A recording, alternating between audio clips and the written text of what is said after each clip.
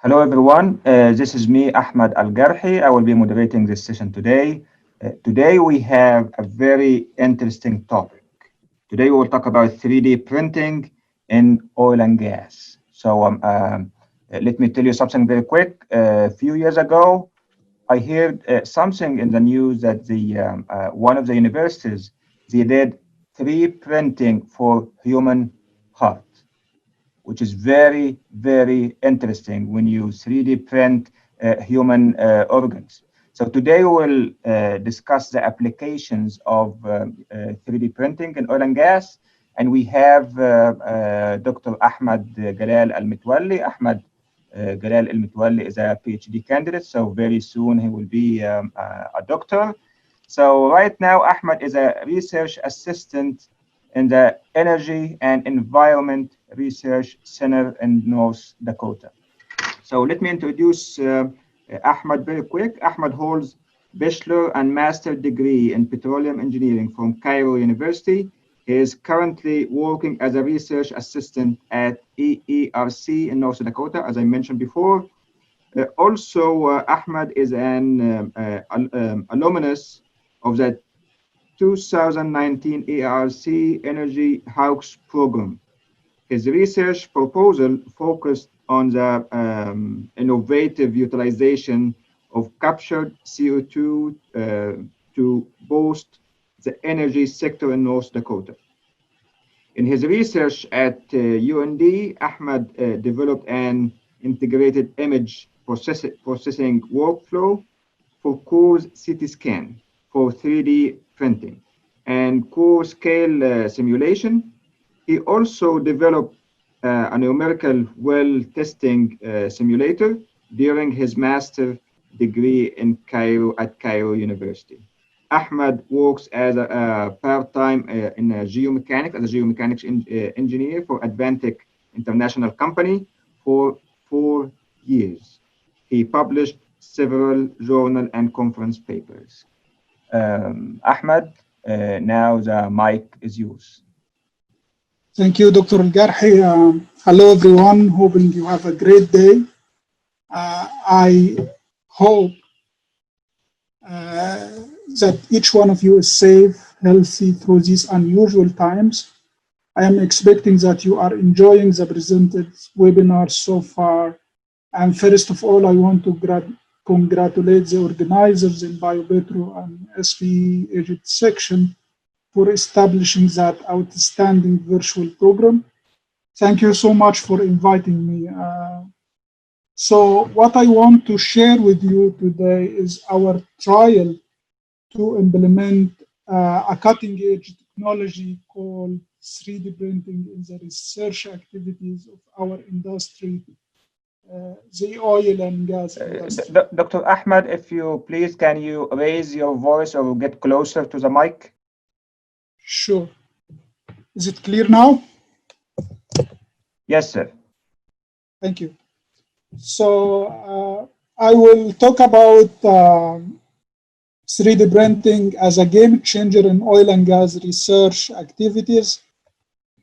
Our presentation theme is simplicity. I am quoting the First Lady of the United States during World War II, Eleanor Roosevelt. She said, "A little simplification would be the first step toward a rational living." What we can get from that is to simplify complications is the first essential of success for any task you have. And every day you have tasks, you have duties to do. If you simplify these complications, you can achieve something. So simplicity is the glory of exploration. What do we want to express in oil and gas industry? The answer is simple. The physics of fluid flow in porous media. But is it simple to describe the fluid flow in porous media? And if not, why and what we can do about that? That will be the presentation today. I will talk here about the challenges, the problem we have. Understanding the fluid flow physics in porous media is essential to enhance the practices of reservoir management. With physics, we need to predict the flow rate's response to the changes in any operating conditions, like drilling wells, increasing pressure by injection, drilling infill wells. We need to predict that the flow rates, what would happen to my field. Our problem is fluid flow physics in porous media has been continually simplified by assuming isotropic homogeneous medium with minimal rock-fluid interaction. Assuming here is a keyword. You will find it almost in every mathematical derivation related to the porous media physics. Such simplification did not reflect the in situ reality and retain the ability to accurately describe the flow behavior of hydrocarbons in oil and gas reservoirs. Because you cannot get what you want, the prediction of oil and gas rates, if you are not really describing correctly the system you have. The characterization tools we have in the industry have different resolution of what they can investigate. As you see in the bottom of the left figure, we are moving from the field scale, layer scale, well scale to the bore scale. With tools like seismic, the resolution can be kilometers. For well logs, the resolution is meters. Then you come to different scanning methods like CT scanning, SEM, to reach the micro scale. The right figure shows an example for a grain bore system for back in shale in US. It's a micro scale system. If you investigate that picture, you can logically infer that we cannot describe that medium as an isotropic homogeneous medium. And if we try to develop any physics for the flow in the back-end shale, we have so many uncertainties to deal with. Okay, the complexity associated with characterizing rock fluid interactions is multifold. The main challenges are the accurate characterization of, first, the uncertain bore network structure. Second, the spatially varying matrix composition from point to another, which are crucial in understanding the storage capacity of your rock, the mass transport of fluids, especially if we are talking about enhanced oil recovery processes in unconventional reservoirs. This is the main two challenges in characterization. Along with the characterization uncertainties from reservoir megascale to laboratory nanoscale, the nature of laboratory experiments is destructive and repetitive. We conduct many experiments every day in all the labs all over the world. For example, in Coreflooding or uniaxial experiments, most probably you will lose your core sample. And when you want to extend the experiment, you will need to acquire another core sample with another mineral composition and of course with another bore network structure. Any results generated from your workflow will be questionable. You cannot trust these results because they are conducted in different core samples. They are not the same, even if they are from the same well. Another problem is using natural core plugs or core samples for research purposes have their own challenges, like high acquiring cost and preserving the in situ conditions. It's very costly to acquire core samples. You have to have a well, you have to do wireline coring. It's very costly, and once you lose it, you lose it. You cannot pursue your experimental workflow. Our objective from this study can be summarized by the following statement. The developed fluid flow physics should be re-evaluated on ideal porous media indeed, which has minimal geometrical and interaction uncertainty. How we can achieve that? Core's CT scan will be image processed to construct ideal 3D printed replicas along with their precise Coreflooding and geomechanics models. CT scan, I will go on details through that later, but CT scans can reflect the anatomy of your core samples, which can tell you where is the grain, where is the pore, and from that you will 3D print the grain structure, the solid structure in your core, and then you will have your ideal porous media. Why this approach? Okay. First, cheap 3D printed core plugs can elevate the characterization uncertainties with accurate man-made pore network. You are the one who made the pore network. You are the one who built your pores structure. And with that, you are printing also with uniform printing materials, which has a predictable fluid interaction. From a point to another, you are using the same material, same composition, so you actually elevated the characterization uncertainty.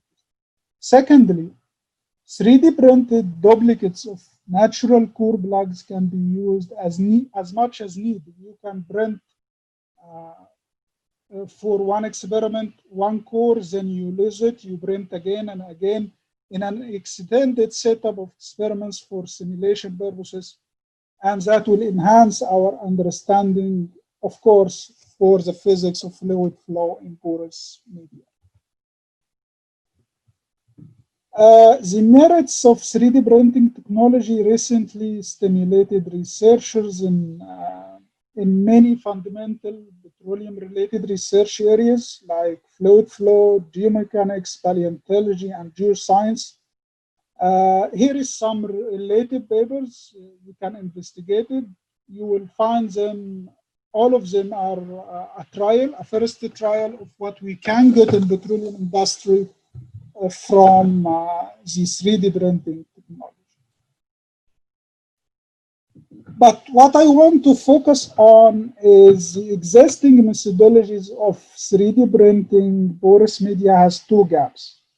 First one, as you can see in the left figure, 3D printing a small upscale part of the pore network model, not the whole CT scan data directly or the whole core plug. You are just taking a part of the core sample, you take its scan, you process it, you prepare the geometry files, and you 3D print it.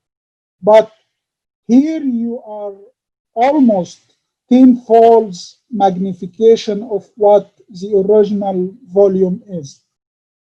The second gap is on the left, on the right figure, 3D printing a solid cylinder, just a solid cylinder, with the gypsum powder, making it porous with the gypsum powder porosity. So you are not printing a porous medium, you are printing a solid geometry, but the technology, the gypsum powder used in the technology, in the printing technology, is the cause of your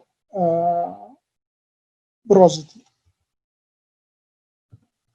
Okay, our mindset here is based on three principles. Don't make the process harder than it is. Simulating porous media is really difficult, and we don't want it harder than it already is. So we want to make it simple so we can understand it.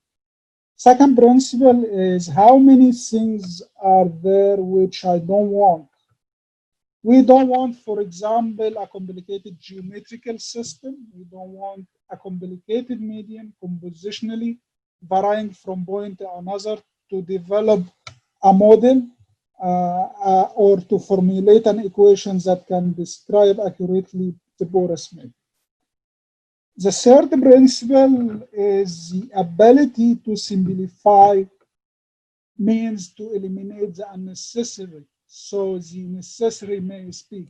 We need accurate flow equations for ideal porous media. After that, we can go to the unconventional reservoirs and see, okay, what is the difference we have between the ideal core sample and the natural core sample, and you can tweak your model so you can have the right model that you can use in your lab or for your company. Our contribution.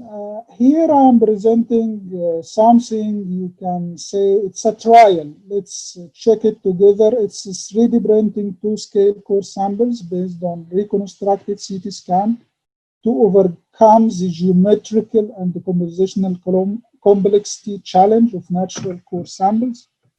To present that, I will cover the four components of lab scale research. First, I will talk about the CT scan image processing workflow to construct 3D printed core samples. I will talk about experimental investigation of the printed replicas. I will present 4 experiments: Coreflooding, Wettability experiment, MICP, nitrogen sorption. The third part will be about numerical simulation based on a reconstructed CT scan. I will present black oil modeling for the CO2 experiment. It's a compositional simulation, black oil simulation for a transient experiment. And I will present also briefly finite element simulation for uniaxial experiment.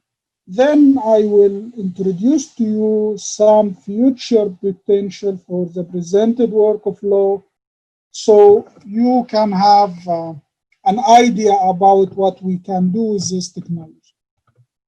Let's start with the converting the scan of the core sample to a 3D printing replica.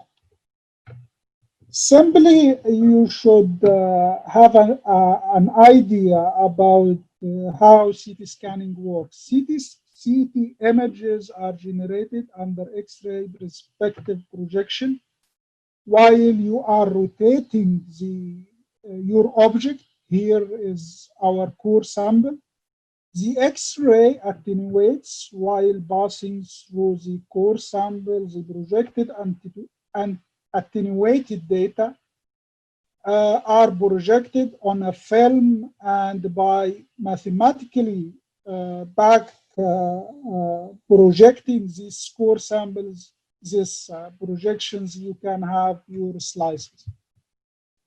The result will produce to you a set of 2D gray cross sections through the whole core samples. Each one of them consists of a grid of pixels, grayscale pixels.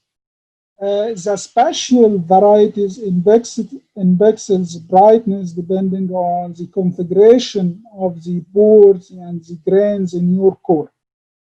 We assume here that the grid we have will only be affected by the boards and the grains.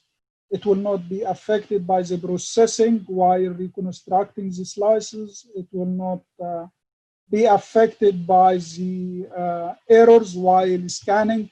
We assume that we have a perfect scan for the core in hand. The workflow from a CT scan to 3D printed replicas is presented with that flow chart. You can see you start with acquisition of the 2D CT scan images, then conducting image processing, including 2-step procedure, image segmentation to distinguish between the boards and the grain, and extract the solid part in your core sample in your scan. Then after you separate the solid from the poor part, you convert that to a binary image. That image with a reconstruction algorithm, you can construct a continuous volume. That continuous volume can be 3D printed later and give you the core sample you want. And once you have the geometry file, you can print it so many times as you need in the lab. And by the way, it's not very expensive. You can print this core with $10 up to 100, 200, depends on the technology and the resolution you want. The sample under study here is a commercial Berea sandstone. It was 1.5 inch in diameter, 2 inches in length, with a porosity and permeability measured as 20% and 100 millidarcy. We use the conventional core samples. We don't want to challenge to the unconventional samples as a starting point, but we used a conventional core sample. We obtained almost 1,000 CT slices along the core that reflects the interior structure of the core sample. If you have your scan, you should understand its terminology. We have two resolution definition. The XY resolution is the spatial resolution, and the other one is Z resolution. Z resolution is simply the separation between the two scan planes. In processing, I want to reduce the data size because the scan can be 20 giga of data, and if you are working in your PC, you will have a hard time just to load this data. So we need to reduce the size of the data. So the minimum XY pixel 3D printing point in space should not be greater than the grain size in the core sample. Therefore, we reduce the number of the pixels in the XY just to be enough to cover a grain in our core, which means you have to adjust the resolution along the XY plane. Another issue is the spacing between each slide should not be greater than the grain size, and also should be adequate to be handled with the 3D printer. So here I am showing to you how we can simply downsize the spatial resolution. We use the simple image processing technology. It's a bicubic upscaling interpolation method. It will give you a new set of pixels, upscaled pixels, matching your criteria, the sandstone grain size. So you reduce, for example, the 20 giga size of data to almost 1 giga, if I remember correctly. A bicubic interpolation method is a standard algorithm in commercial image processing software. You can find it in Photoshop, for example.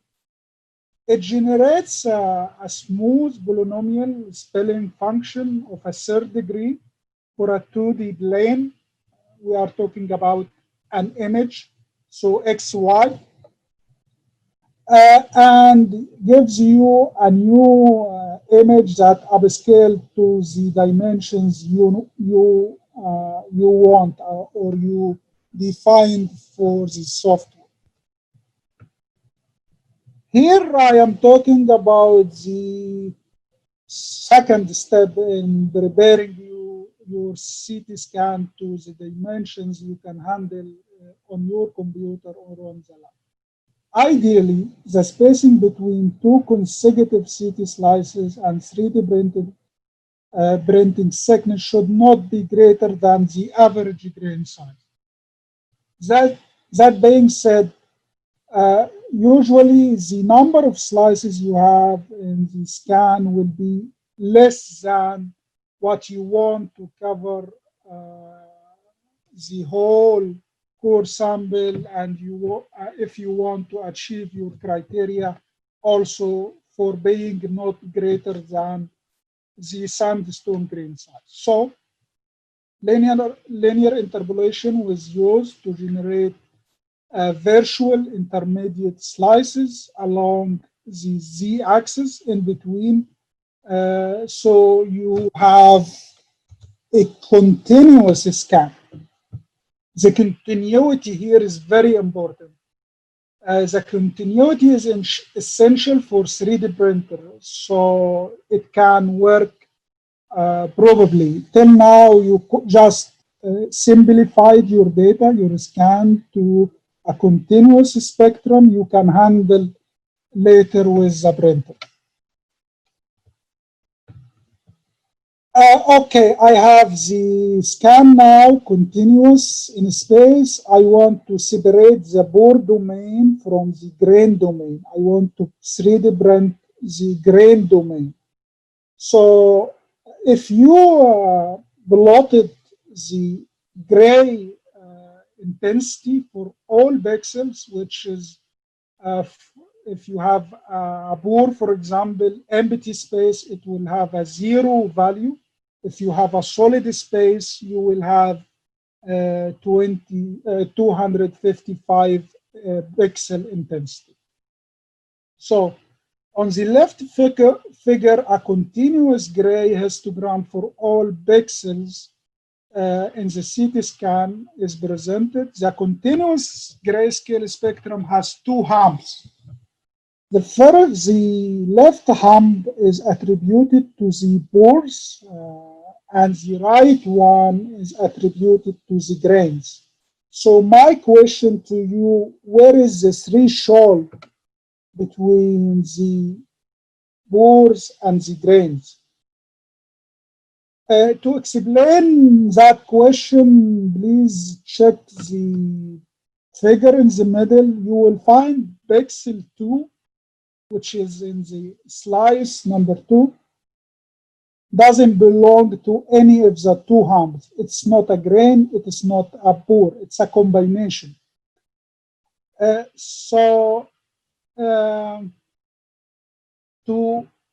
How to solve this problem, it's a long story, but we used machine learning algorithm. That algorithm is not constrained to the pixels value. Actually, you train it, you tell him the pores has this attributes like this gray intensity, this geometry in space, this statistical attributes like mean, variance, and so on. And then after you train your model, you tell him go ahead and go through the whole slices and find the similar structure for pores and grains. Once he does that, he separates the grain space from the pore space, and then of course there is an error, and it depends on the user judge, but it's a training process. You do the algorithm, you process it, and then you back again and check and reevaluate your results. By using a reference set of slices, you can judge your segment. After you finish this story, you have a reconstructed volume of the Berea sandstone, and it's a continuous volume from a point to another. You define in that geometry what is solid, what is space, what is void, what is spore.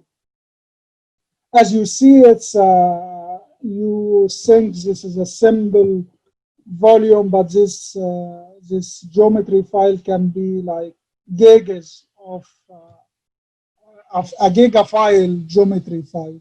That file is simply X, Y, Z, and another attribute is it is solid at this point or space.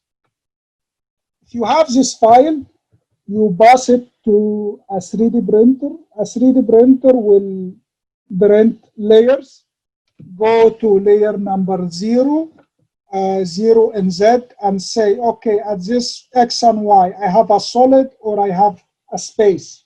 If I have a solid, it will, for example, here melt the plastic material to print your solid.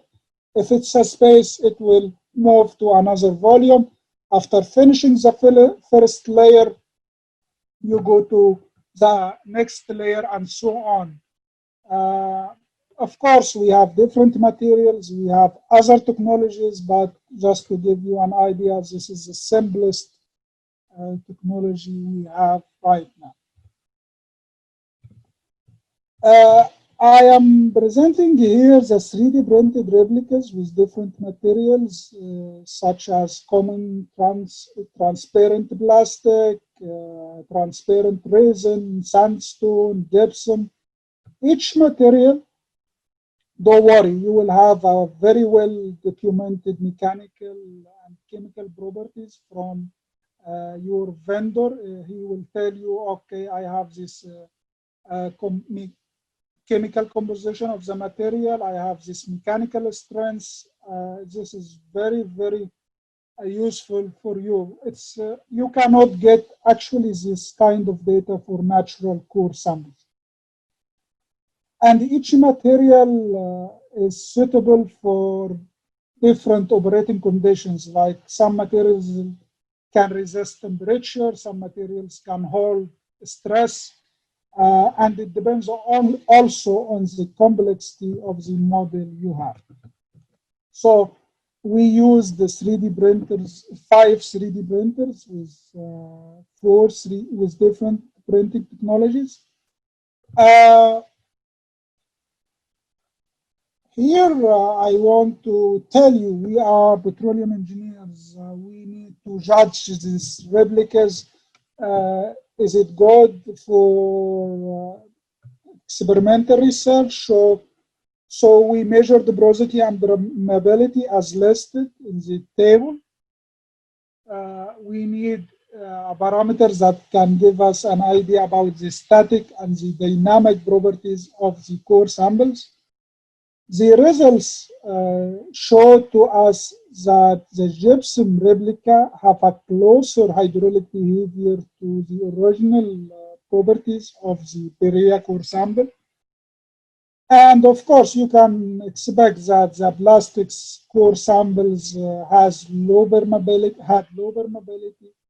and the reason for that, the plastic printing materials melted during the printing process of the core samples. We figured out that the gypsum replicas is adequate in a way. For our research, we conducted some experimental investigation on those replicas, so we can have, okay, you have your original core sample and you have your 3D printed sample.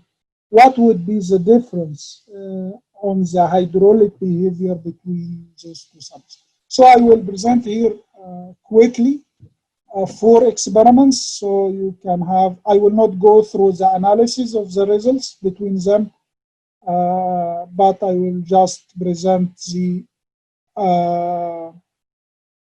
behavior of the 2 samples in each experiment. The first experiment is nitrogen adsorption, desorption experiment. That experiment was used to characterize the surface and the pore feature of each core sample. Simply, that experiment can give you an idea about the pore's capacity by the amount that the nitrogen can invade at different pressures into your samples. So at low pressures, it will go and have a mono layer around the grains. Then with the with further pressure, you will have a pores fill-up phase. That fill-up phase can tell you, okay, what porosity you have, what volume you have in your samples.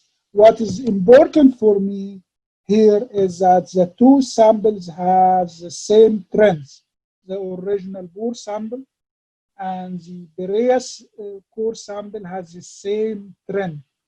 Of course, if we are talking about analyzing these data, I will do the derivative for each phase of the data, like the early data can be while I am generating the first layer around the pores, and I will get the slope, and from this slope you can interpret the surface area. Then you go to the other phase where you are filling up the pore. You are generating multi-layer, and from that you can expect another parameter and so on. But for me, what is important, I have nearly the same trend for the original core sample and the printed one. Another experiment, which is very important, of course, the CO2 application is everywhere right now as an enhanced oil recovery method for almost the whole mature fields. But what would happen to the 3D printed sample compared to the original Berea core sample? What would happen? What is the difference? And here I want to show you, with that technology, you can feel the meaning of a concept like sweep efficiency, the physical interaction between the CO2 and the fluid, the oil or the hydrocarbon in your core sample. You will see that. But anyway, simply here, the procedure starts with saturating the sample, both samples, under same conditions. They are cleaned first with toluene. Then after that, they are saturated with oil. You can see the effect of saturating this replica with oil. It's very clear. But in natural core samples, it will seem to you as a dirty core sample. That's it. The samples are installed in the same vessel. All lines are vacuumed, and then we started injecting CO2. For one CO2 half and half cycle, the CO2 was injected for 30 minutes. Once we reached the desired pressure, we closed everything. We fixed the pressure, the temperature. All valves are stopped. Pistons are stopped from moving, and CO2 are left to react with the core sample for 6 hours. And then we go on and relieve that pressure, measure the recovery, repeat the cycle at different 3 cycles at the same pressure, then raise that pressure and do 3 cycles and so on. We did that experiment below miscibility pressure of CO2 with the oil, at miscibility pressure, and above the miscibility pressure. Okay, for the first time, we can see what CO2 can do actually on a core sample, on a saturated core sample. We dare to break our core sample. You cannot do that with a natural core sample, because I am losing here a core sample with $10, but you cannot do that with natural core samples. So you can see what CO2 did inside the core sample, how it reacts, which zone was fully recovered, and how the gradual change in the remaining hydrocarbon inside the core sample. The purity of the gypsum here, which was used in 3D printing, enhances the clarity of the oil saturation effects. And As I said, we afford to destroy a core replica and break it along the lateral and longitudinal plane. From the recovery comparison, you see here, we get a higher recovery for the same injection pressure. Almost you see at the end of the experiment, 60% of the oil was recovered from the original core sample and 80% from its replica. Of course, we didn't expect the exact same recovery. As I said, there is many uncertainties while processing, while printing. You might have some errors, but still it's a good practice for you because you have ideal core sample and you can break it, repeat your experiment with the same replica structure, and you can continue and build on your conclusions. Another experiment is we wanted to understand why we had a higher oil recovery from the replica. So wettability is a key property. It can tell you how hard your oil is intact with the grain. So when we did that, we found that the gypsum replica is very, very water wet. So it's almost repulsive to the oil. That can explain why we had a higher recovery with the CO2 half and half experiment. MICP, mercury injection capillary pressure, is another experiment. It can tell you, okay, what is the pore distribution in your core sample. And of course, we take the original core sample and the replica and did the experiment on both. This experiment is simply pressure is implemented to force mercury to intrude your sample pores. The volume of the intruded mercury, and I am talking here about saturation because the volume can easily convert it to saturation, is reported versus pressure. By increasing the pressure in appropriate increments, we can generate the MICP capillary curve. Mercury porosimetry is an experiment technique which you can use to get an idea about pore size, pore volume, pore areas. And with some additional analysis, you can get information about the density of your grains.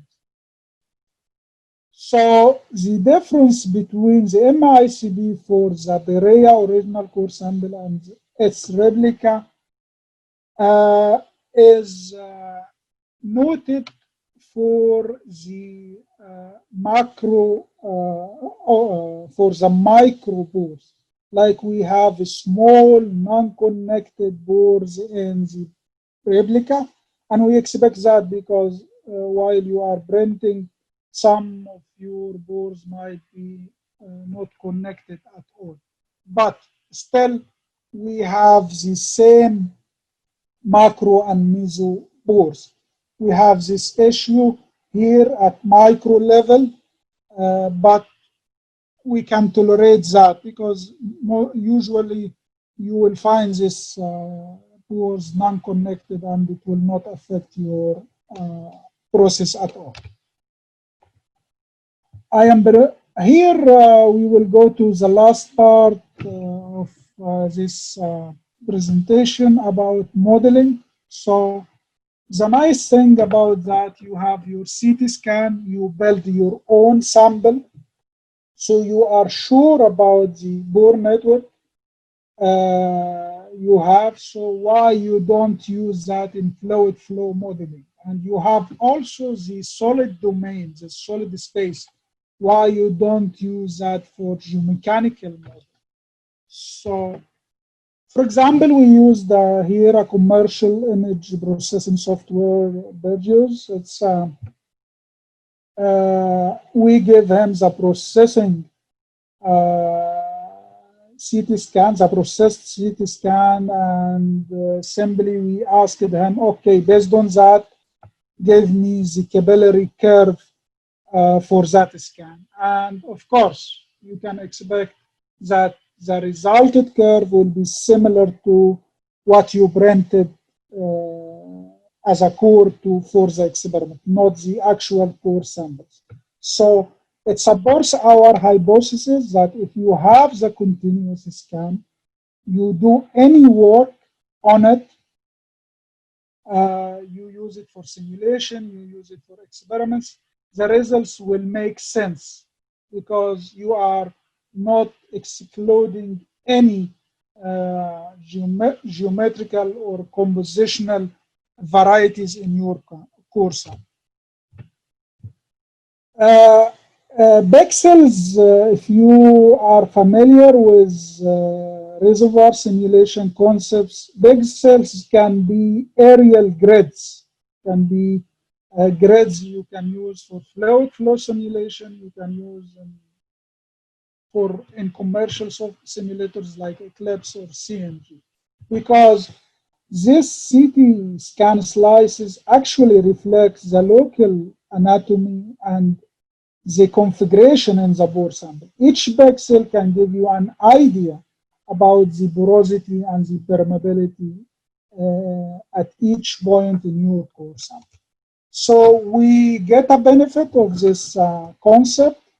We converted the scan to a static model. Each pixel, of course, there is upscaling process here, but as I explained, we upscale to match the 3D printer requirements, and we did the upscaling also to match the simulator requirements. You cannot go so far because you have a computational limit. So the steps of generating the static model is based on the CT scan. You just do the Cartesian meshing for a horizontal section. The horizontal section will be a layer in your model. The grayscale slices are converted to a cloud of porosity static model. And with a geostatistical population and empirical correlations, you can generate the permeability model.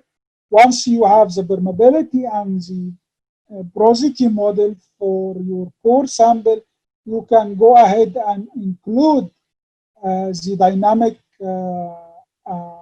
items to generate your dynamic model. The dynamic sources, for example, in Coreflooding, you will include boundary condition, you will include initial conditions, you will include the injection and the production groups in the experiment, and then after that you should define your fluid model for the experiment, and that's it. You have now a simulation model that can realistically simulate your experiment. The first simulation we did was for modeling transient oscillating permeability experiment. It's a very hard experiment because you are sending a pulse through your sample, and based on the outlet response, you do analytical solution. You solve the fluid flow equation to estimate the permeability. So we have three types of permeability experiment. The usual one, you know, is a steady state. You apply Darcy law. The second one is the sinusoidal oscillating permeability experiment. You apply a sine wave pulse on the core sample, and you watch for the outlet response. The difference in amplitude and the frequency is used in the analytical solution to give you an idea about the permeability. The third one, you just do a spike in the inlet, and then you watch for when you have that spike in the outlet. Based on the model we have, we simulated that experiment. So to compare the CT scan processing with the conventional responses, we said, okay, I will assume, like we usually do, uniform porosity 20% and 100 millidarcy for the whole model and simulate the experiment. The second approach was just a geostatistical approach. What is the mean for the porosity? What is the mean for the permeability based on the CT scan, and just use another uniform static model. The third model, of course, was for each grid block, I am assigning the porosity and the permeability I get from the scan. I want to sell much, but the matching was perfect for the CT scan approach. We simulated also the CO2 Huff-n experiment, but here we are conducting compositional simulation. It wasn't black oil simulation, and you can see after the running of the model, we wanted to see that saturation profiles in the model like what we get after the experiment. Not only fluid flow simulation, geomechanics, we did an experiment that was uniaxial compressive strength experiment. We used the sample, the 3D printed sample, and then we saw what was the failure buoyant, how was the fracture profiles in the sample, and for simulating that, we used what we printed. What we used for 3D printing, the same geometry model we used for 3D printing, because each point we defined in that geometry file was actually a solid material, and basis on those materials, you will see how they will react. And I am sorry I didn't include the video for that, but you will see the fracture profile after the simulation was the exact same profile we got after the experiment. And of course, that was an added value for the algorithm we used. Finally here, I talked about printing conventional core samples. What about naturally fractured core samples? To test the robustness of our workflow, we printed natural fractured scans. We also printed synthetic fractures. So if you are a geomechanics fracture engineer, you can go to the lab, do the geometry you want, then print the core, and then apply the schedule you will apply in the field and see how the fracture would propagate in the matrix. Okay.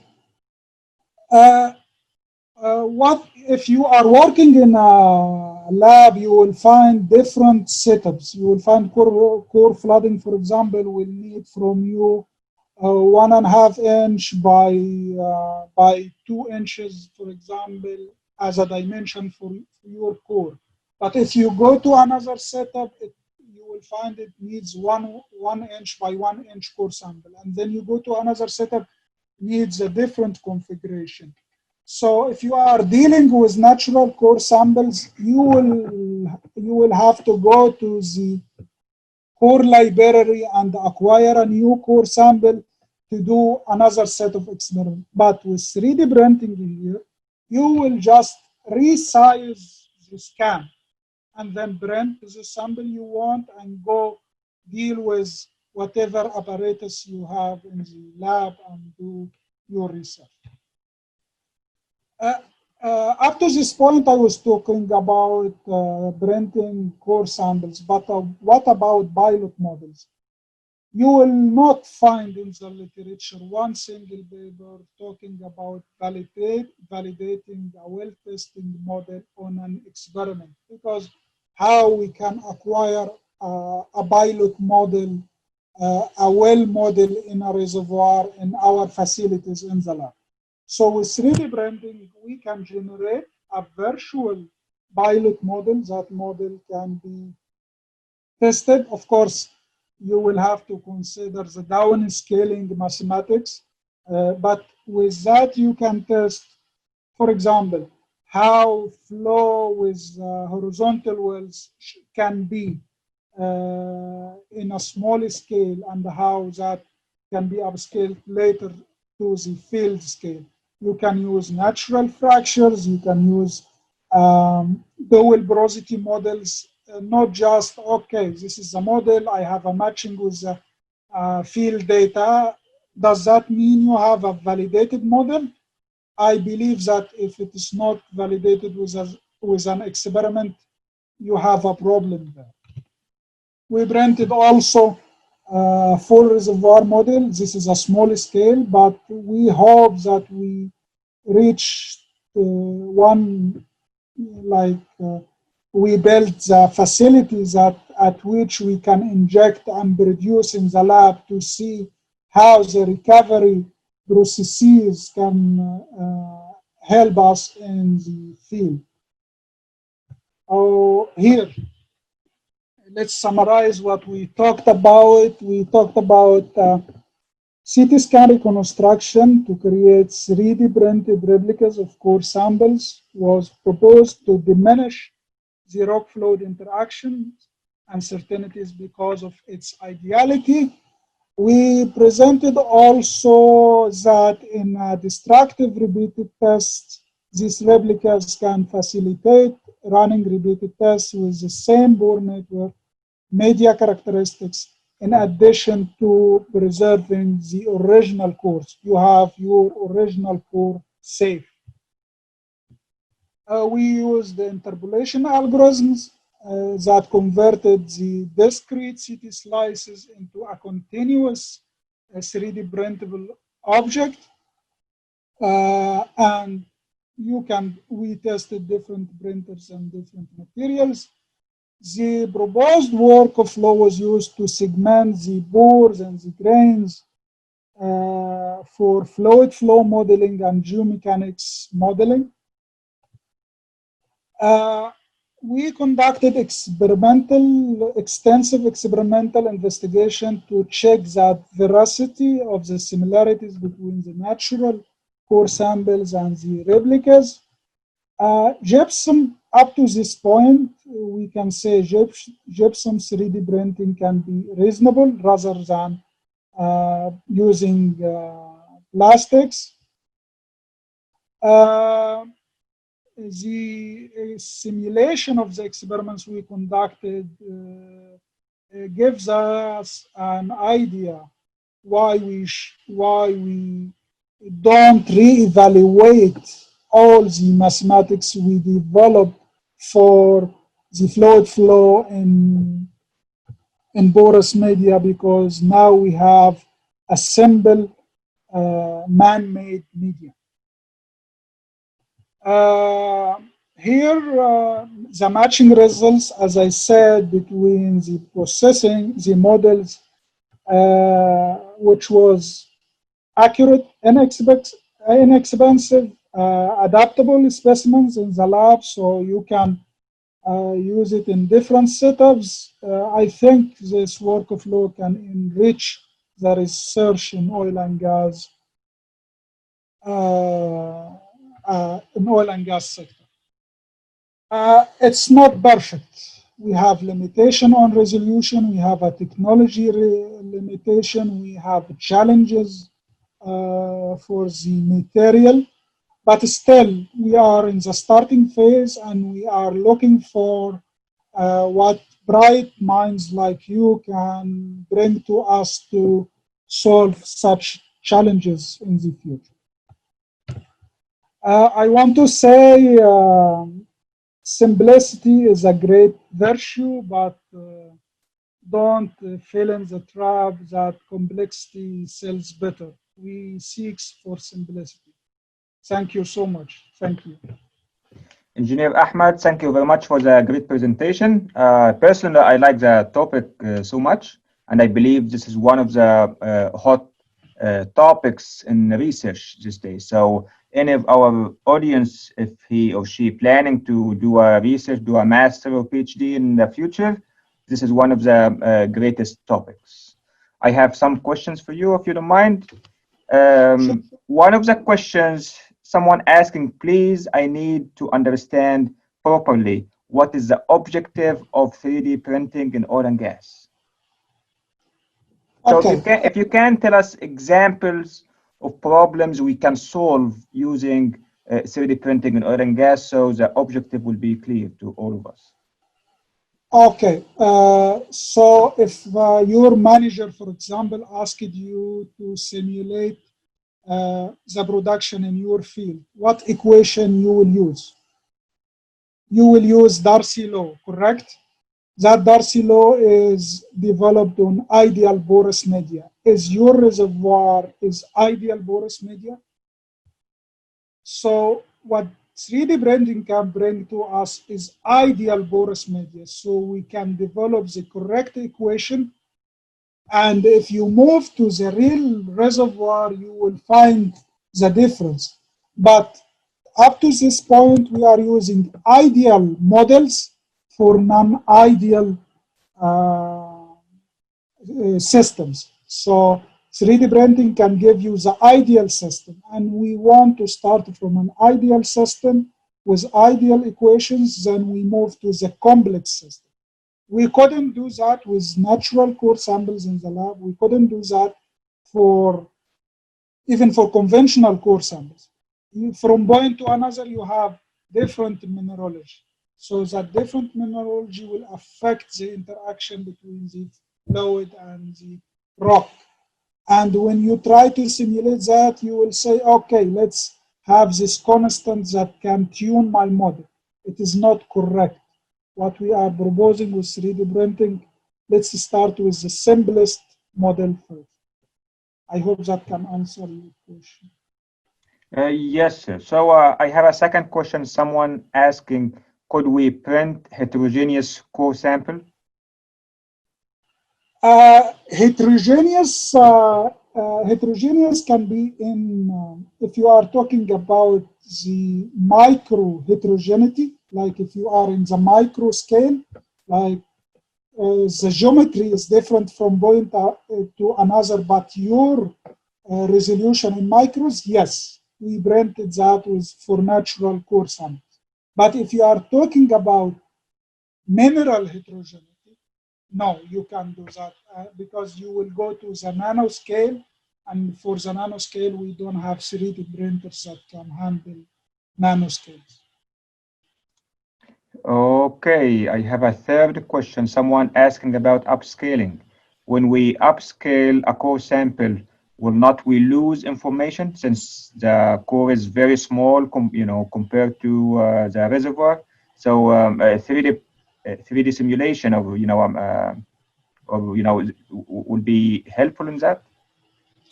Okay, even for natural core samples, you will find a very challenging task in upscaling from the core scale to the field scale. But I hope we can bring our reservoir to the surface and then test our physics. We cannot do that. The only way we can do is have a small volume. We can test our models on that and then use geostatistics to find a way to correlate to populate our properties and simulate the full field. But upscaling, of course, is a challenge not even for 3D printed replicas, but also for natural core samples. And this is why we have core research, lab scale research. This is why we have well logging. This is why we have seismic. You are moving from the lab to the well, then to the field.